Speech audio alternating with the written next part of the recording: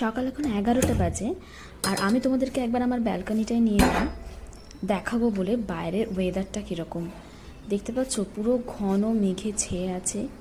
এতক্ষণ সমানে বৃষ্টি হচ্ছিল, মানে প্রায় 3-4 দিন ধরে সমানে বৃষ্টি হয়েই চলেছে। তো এখন বৃষ্টিটা একটু ধরেছে বলে আমি ব্যালকনিটায় আসতে পারলাম, নাহলে গোটা ব্যালকনি পুরো বৃষ্টির ঝাঁটে জলে জল হয়ে থাকে। তো ব্যালকনিতে বেরোলেই ভিজে যাব বৃষ্টির ঝাঁটে। আর চারিদিকে দেখো, এই দেখো, তোমাদের দেখাই একবার কি অবস্থা হয়েছে। দেখতে পাচ্ছ রেলিং দিয়ে কত জল, পুরো জলে ভর্তি হয়ে গেছে।